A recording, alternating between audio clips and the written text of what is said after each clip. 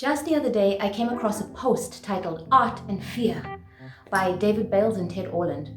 In it, it tells the story of a ceramics professor who divided his class at the start of a semester into two parts and told the one part that they would be graded solely on the quantity of work that they were able to produce. The other group only had to produce one pot, but it had to be perfect. The criteria was simple. For the quantity group to be able to get an A, they needed to produce 50 pounds of pots. For the other group, just one. Interestingly, at the end of the semester, the best pieces of work had all been produced by the quantity group, even though they were only aiming at numbers. Why? Well, it seems that the quantity group in churning out pots was busy learning from their mistakes and refining their processes and getting better at producing quality work, while the quality group had sat theorizing about perfection and talking about what it would take to make that one perfect piece. And I quote, all that they had to show for their effort was grandiose theories and a pile of dead clay. Does that sound familiar? Speak to you and a project you've been wanting to get off the ground? Are you feeling trapped by analysis paralysis? Well, that situation is really similar to when I started out with my YouTube channel. I was really concerned about getting started and getting a really good quality of video out, but after a while, I figured I'd just take the plunge.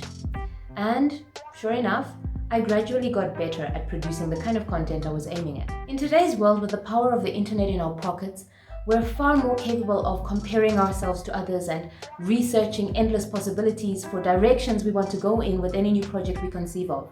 We can find statistics and information about how other people have done it, and all of this should be a positive thing. But it can also lead to analysis paralysis, a situation where you have so many options and so much information, so many things to choose from, that you end up getting stuck and not actually taking that first step. In her article for the Doist blog, Becky Kane explores the impact of analysis paralysis and some ways that you can get around it. These impacts include sapping your creativity, lowering your cognitive performance. She also talks about how analysis paralysis can eat up your willpower and sap your happiness in the task that you're trying to pursue. But the net and most important result is you don't get to do what it is you want to do. Ever tried to take up running? You can only do it by running. Becky explores some ways that you can work around analysis paralysis, things you can do to try and help you take that first step. But if you're working on a project, I'd like to propose the minimum viable product approach.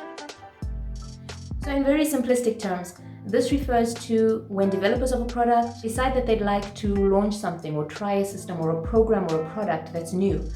They will create the minimal requirements needed for it to be usable by their target audience and put it out there.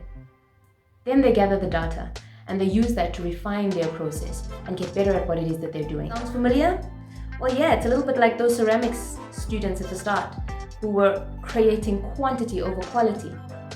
By putting it out there, getting the feedback, seeing what works and what doesn't, we can get a lot more intentional about getting better at what it is we want to do. That's helped me with the projects I'm working on personally, although there are a whole other host of challenges around actually getting that feedback that you need. But that's a story for another day. If you are stuck trying to get to a stage of perfection before you launch or take that step out on the journey that you're trying to begin, then I'd encourage you to just do it. The more you put your ideas out there and get the feedback you need to refine them, the closer you will get to the end goal that you envisioned. This is not to suggest that you compromise on quality or don't try to give it your best shot with all the information and resources you have, but you can definitely take a step in the right direction. And if your goal is around YouTube videos or any kind of content of that nature, then definitely check out my video that's talking about a workshop coming up at the end of April to help you put out quality content with just the resources you have available. So I will leave you with this reminder of the great Denzel Washington as the equalizer, reminding us that it is progress, not perfection, that counts. Yeah. Hey. Progress, not perfection. If that strikes a chord with you, if you enjoyed today's video, please remember to give it a like and to share it with anyone you think may benefit from it, and leave a comment because that feedback matters. Thanks for watching and see you soon.